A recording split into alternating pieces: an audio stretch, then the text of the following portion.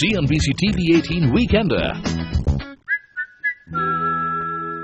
Welcome back to CNBC-TV18 Weekender. We're in conversation with Gautam Singhania of the Raymonds Group. Mr. Singhania, getting down to some business now that we're in one of your shops, what will be the expansion plans from here? You know, you've come a long way. Of course, there's been ups and downs in your business cycle.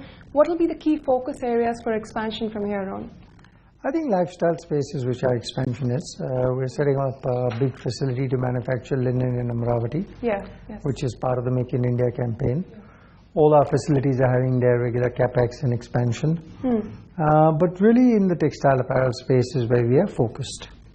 You know, you promised to, I think, start that manufacturing facility by March 2017, if I'm not wrong. Is that on track? We committed in April this year that we'll start at 15th April next year, and we stick to the date. So 1 year prior to the inauguration, we have set a date, which is external and internal, and we'll stick to our commitment. So I think it will probably be the first facility that was announced at Make in India that will get started.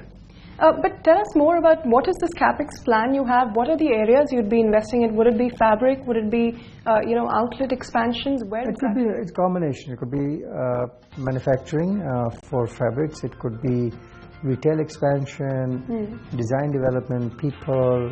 We're setting up a facility in Ethiopia for apparel, so it's a comprehensive strategy. But what is the Capex? I mean, what is the expenditure, your investments you're looking to make in all of these? Different businesses have different expenditure, but so Amravati would be about 130 to 150 crores. Ethiopia would be about similar to that.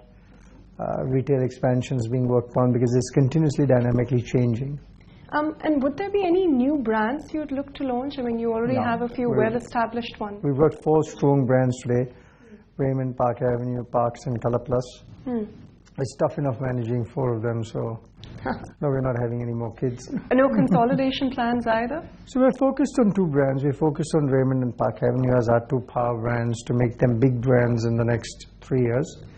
And Parks is again doing very well in its segment. Color Plus has its own segment. So I think we're in a sweet spot with our brands. What could you promise to the investors why they'd stay invested in your company? What are the kind of, you know, targets you could share with us? See, if you're looking at the long term. Investors, yes. You are really in the best spot today. I mean, in the menswear segment, you are leaps and bounds ahead of anybody else. And we continue to invest in the business without looking at short-term returns. We have an objective of what we want to do in 2020, and we're investing for that. We have a strategy that's laid out for it. And we believe it's always the returns are going to be the hockey stick type. So it'll come along, and then when all your investments sort of fructify, they will sort of kick in. What is the group level debt you currently have, and could you share what deleveraging plans you would have? Well, we are very comfortable on debt. We're at 1:1 on a group level, so I'm not concerned about that. But are there some businesses, for instance, that you would look to cash out of, tools and engineering for one? Well, at the right price, I guess every business is cashable. But is that something you're actively considering, cashing out of that business? There's nothing actively happening till it happens. Anything on the table? Nothing that I can talk about. I see. But is that something you would consider in the near future? We're always looking at enhancing shareholder value. So if, everything is at sale for a price. We got the right price, we sold cement. So the group has got the DNA. We got the right price, 785 crores. We believed it was the right price, and we got out of it. So had you asked me 1 week before, I would have said cement was not for sale. But so the mindset is shareholder value creation. Talking in terms of your outlets, by how many outlets would you expand, say, Park Avenue in this year? How much are you investing to? What are the new geographies you're looking to open stores in? Well, I think each brand has its own strategy. Say, made to measure, I think we could open another 15 to 20 this year. Okay. I think in Park Avenue we could open another 30, maybe 35, somewhere there. So each brand is different. And would there be new geographies you're entering into? Well, it could be. I mean, Raymond is now up to class 9 towns. So part of it is new shops, part of it is renovation of old shops, because what was an advantage that you started 50 years ago getting into retail is also a disadvantage because some of your shops are very old.